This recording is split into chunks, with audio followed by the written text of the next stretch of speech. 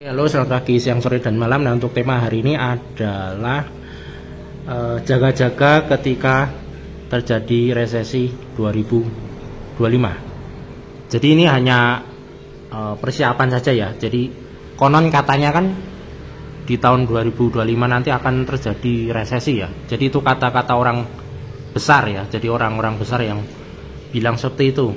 Nah, otomatis kita sebagai orang kecil itu kan juga harus mempersiapkan itu ya, walaupun kita berharap itu tidak terjadi, atau kita berdoa saja semoga di tahun 2025 itu semuanya baik-baik saja. Jadi yang kata orang akan terjadi ini itu tidak terjadi, yang kata orang akan terjadi resesi lah, jadi inilah, nah itu semoga tidak terjadi. Nah, tetapi kita juga harus punya persiapan untuk itu agar nanti tidak kaget ketika itu apa yang dikatakan itu benar-benar terjadi. Nah, banyak sekali berita-berita yang mengatakan bahwa 2025 itu akan mengalami masalah ekonomi. Jadi ekonominya tuh katanya akan berhenti. Nah, kalau berhenti berarti tidak ada perputaran ekonomi ya. Jadi mandek, pause gitu. Nah, saya nggak tahu itu akan seperti apa keadaannya. Namun sebagai pemilik usaha kecil itu kita harus berjaga-jaga untuk itu.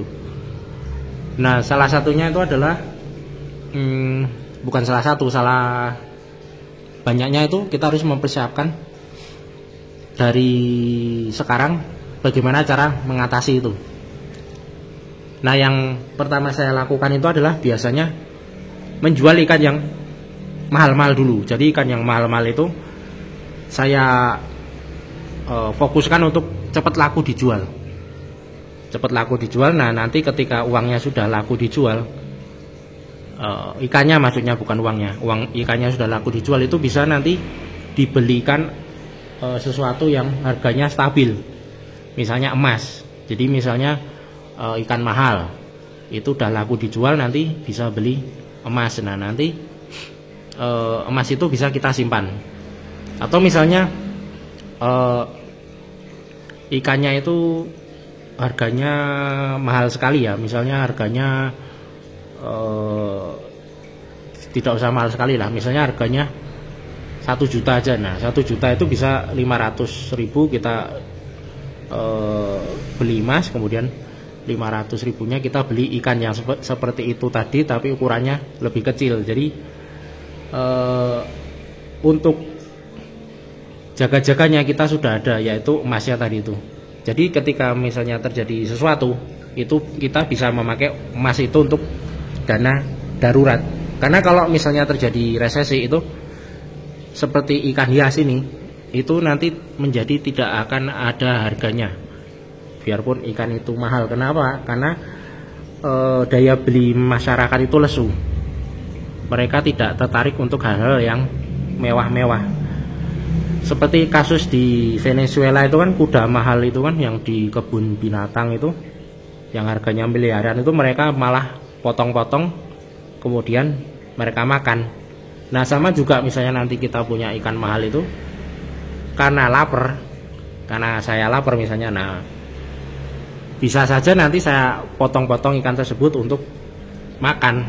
Nah, ketika saya tidak punya uang kan, wah ada ikan ini bisa kita ambil untuk kita makan. Jadi di saat seperti itu biasanya seperti ikan-ikan yang harganya mahal itu menjadi tidak akan ada harganya lagi, dan juga tidak bisa menjadi dana darurat. Jadi tidak bisa kita langsung tukarkan uang.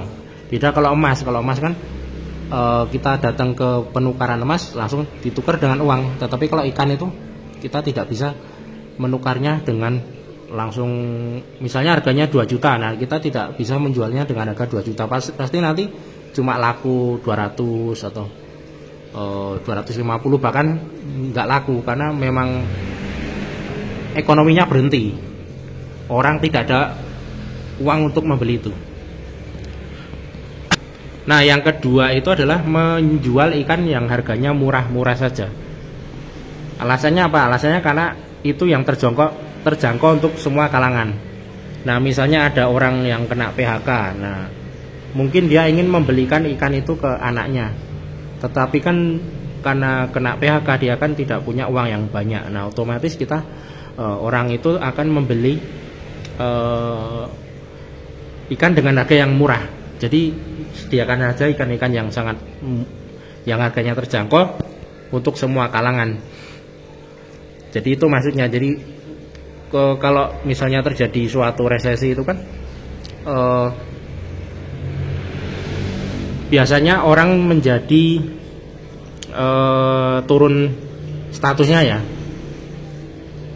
atau turun ekonominya lah. Biasanya bisa punya beli ini akhirnya harus berhemat, tidak bisa beli ini. Nah, termasuk beli ikan, dia tidak bisa lagi membeli ikan mahal, otomatis cuma bisa membeli ikan yang harganya murah. Yang ketiga itu jualah ikan yang mudah diternak. Itu nanti biasanya akan dicari oleh para pembeli, karena biasanya kayak orang-orang yang nganggur itu, yang karena korban perusahaannya bangkrut atau apa itu kan, mereka pasti cari kesibukan. Nah kesibukannya itu biasanya itu adalah yang bisa menghasilkan uang. Nah pasti mereka berpikir dengan memelihara ikan yang mudah diternak itu, nanti ketika anakannya besar itu, mereka berharap bahwa anakannya itu nanti bisa dijual. Nah jadi kita bisa membeli atau bukan membeli, menyetok ikan-ikan yang mudah dijual, mudah diternak, karena itu nanti akan yang banyak dicari. Ini sudah banyak sekali yang mau WA atau mengechat saya ya. Jadi Mas ini ikannya bisa pilihkan sepasang gitu, Mas ini ikannya bisa diternak enggak gitu. Jadi banyak sekali yang mengechat saya tuh seperti itu, Mas bisa pilihkan jantan dan betina. Jadi memang sekarang ini banyak orang mengisi kegabutan itu untuk memelihara ikan-ikan, tujuannya itu tadi untuk belajar beternak. Beda dengan dulu, misalnya 2 tahun yang lalu itu misalnya tidak terlalu fokus ke hal itu. Misalnya mereka beli ikan yang jantan semua, seperti ikan Odessa itu kan yang merah-merah. Nah mereka beli yang jantan, yang betina mereka nggak beli, itu karena memang fokusnya untuk itu, hiasan akuarium. Tetapi sekarang ini ada sebagian atau mulai banyak orang yang mencoba untuk beternak ikan, karena mungkin itu tadi ya kasus, karena ya cari kesibukan untuk cari kesibukan yang produktif. Jadi siapa tahu nanti mereka bisa membudidayakan itu, kemudian anakannya juga nanti berhasil, kemudian nanti bisa mereka jual anakannya tersebut. Nah selain itu juga kenapa saya fokuskan ikan yang mudah dibudidaya itu karena faktor itu tadi. Ketika saya tidak ada modal untuk membeli ikan, karena mungkin ekonomi berhenti, jadi mungkin susah untuk mendapatkan modal untuk membeli ikan, saya bisa mengambil ikan yang ada di akuarium ini untuk dikembangbiakin. Jadi nanti ketika saya misalnya tidak ada modal untuk membeli ikan, nah tinggal ambil aja ikan, misalnya sepasang, ada di sini kan sepasang, kemudian kita kembang biakin sendiri, nanti anakannya diperbanyak, diperbesar maksudnya, kemudian dijual lagi di toko. Jadi itu maksudnya seperti itu. Jadi kita tidak perlu modal untuk membeli ikan, cukup kita kembang biakin aja ikan-ikan yang ada di tempat kita ini agar menjadi banyak. Jadi itu maksudnya juga. Nah yang kedua itu adalah bukan yang kedua, yang terakhir itu adalah istilah ikan yang bisa dikonsumsi. Kenapa itu? Karena itu nanti menjadi penyelamat kita. Misalnya toko kita sepi, nggak ada yang beli, atau sampai song itu, sampai bisa berhari-hari nggak ada yang beli karena terjadi perlambatan atau ekonominya berhenti. Nah kita bisa mengkonsumsi ikan tersebut. Misalnya kita isi stok ikan nila kan, ikan nila pakan itu yang bisa konsumsi. Nah itu bisa kita konsumsi dulu untuk mengisi perut, atau bisa juga lobster. Nah kita pelihara lobster itu kan lobster kan bisa dikembangbiakin juga bisa dikonsumsi. Nah, ketika terjadi pelambatan ekonomi itu bisa nanti menjadi penyelamat kita ketika tokonya song tidak ada yang beli. Nah, kita bisa mengganjal perut dengan lobster tersebut ya. Namun kita berharap bahwa ekonomi atau khususnya perekonomian di Indonesia ini semoga baik-baik saja ya. Jadi tidak perlu sampai terjadi seperti itu ya, sampai kita harus merencanakan seperti itu. Nah, semoga kita berharap bahwa perekonomian di sini atau di Indonesia tuh baik-baik saja. Oke, sampai di sini saja. Selamat pagi, siang, sore, dan malam.